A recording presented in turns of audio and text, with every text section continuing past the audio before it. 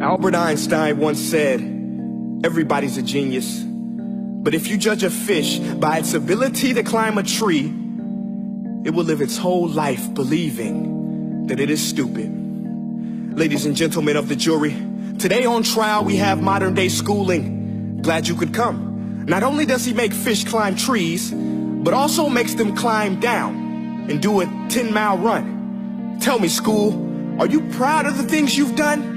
Turning millions of people into robots, do you find that fun? Do you realize how many kids relate to that fish swimming upstream in class, never finding their gifts, thinking they are stupid, believing they are useless? Well, the time has come, no more excuses. I call school to the stand and accuse him of killing creativity, individuality, and being intellectually abusive. He's an ancient institution that has outlived his usage. So, Your Honor, this concludes my opening statement, and if I may present the evidence of my case, I will prove it. Proceed. Exhibit A. Here's a modern-day phone. Recognize it? Here's a phone from 150 years ago. Big difference, right?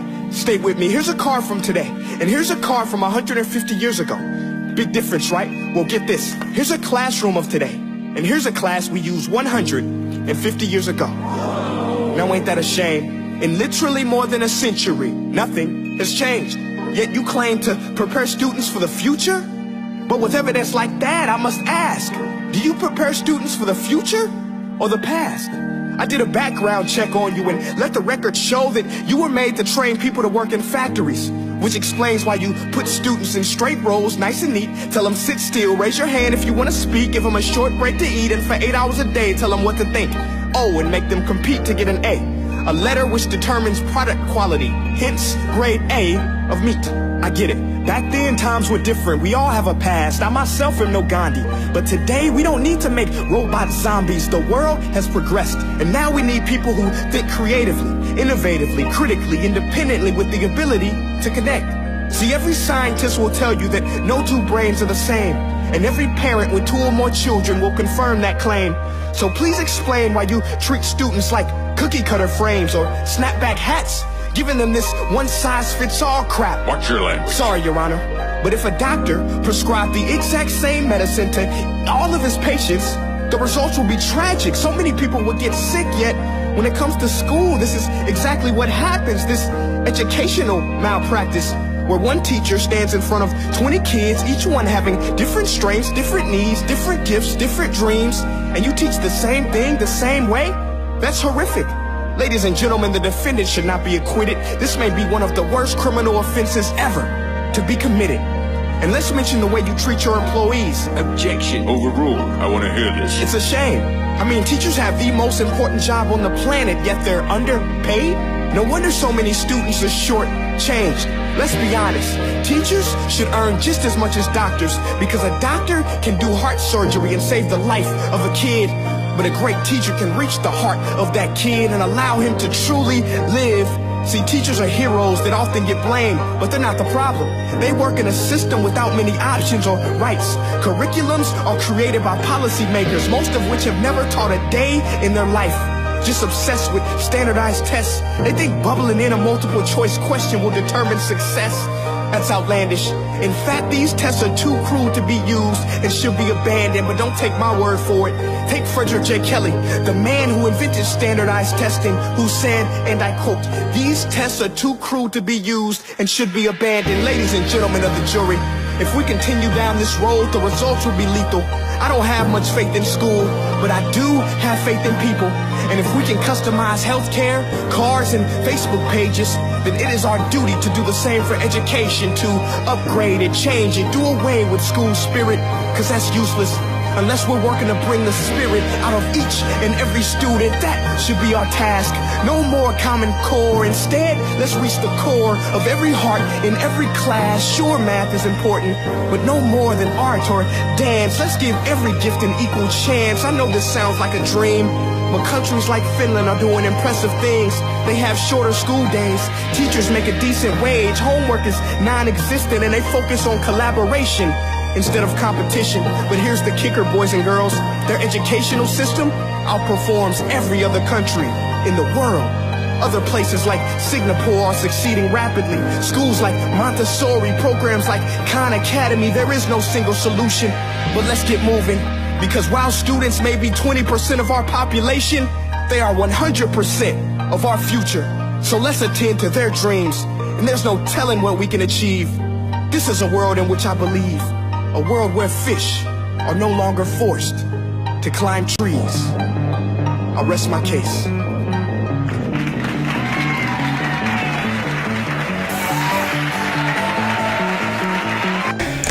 Classrooms have remained almost the same for tens of decades. Since its early foundation in Persia in the 18th century, not much has changed.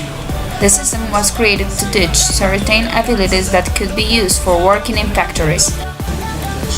Thinking critical was not a part of the learning system. Children nowadays have the same advertising molded way of thinking. They only want to have money, a nice car, a house, a good job, luxuries.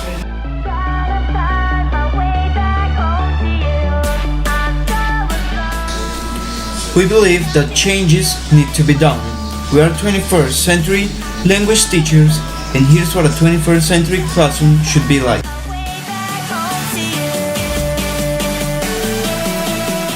For us, technology in these days is a very important tool to share information. Technologic devices can help you improve as you can adopt and adapt, study, try new things, play games like Kahoot, search for resources, all of this in an engaging manner. A 21st century teacher should develop life-related activities that allows knowledge on a broad variety of themes. Should consider learning as a long journey that sometimes is successful and sometimes may have flaws. And most important, should think of every student as an individual.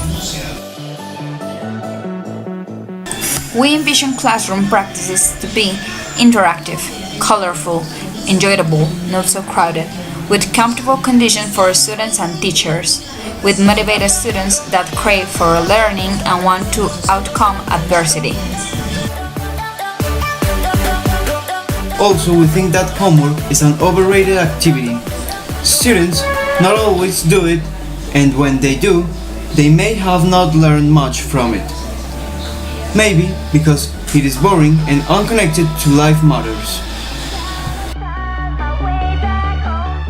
Finland's educational system is the ultimate example of how students that have more time for themselves have better performance on school. This way they can go to other formative spaces like books, stores, or play sports. Students could have personal goals to be achieved throughout the academic process. This involves autonomy, as they will be in charge of them and not the teacher. Encourage teachers to improve their knowledge and promote research. Be updated in their own context and subjects. Have a respectful attitude towards every community member. You never know when someone is having a rough day.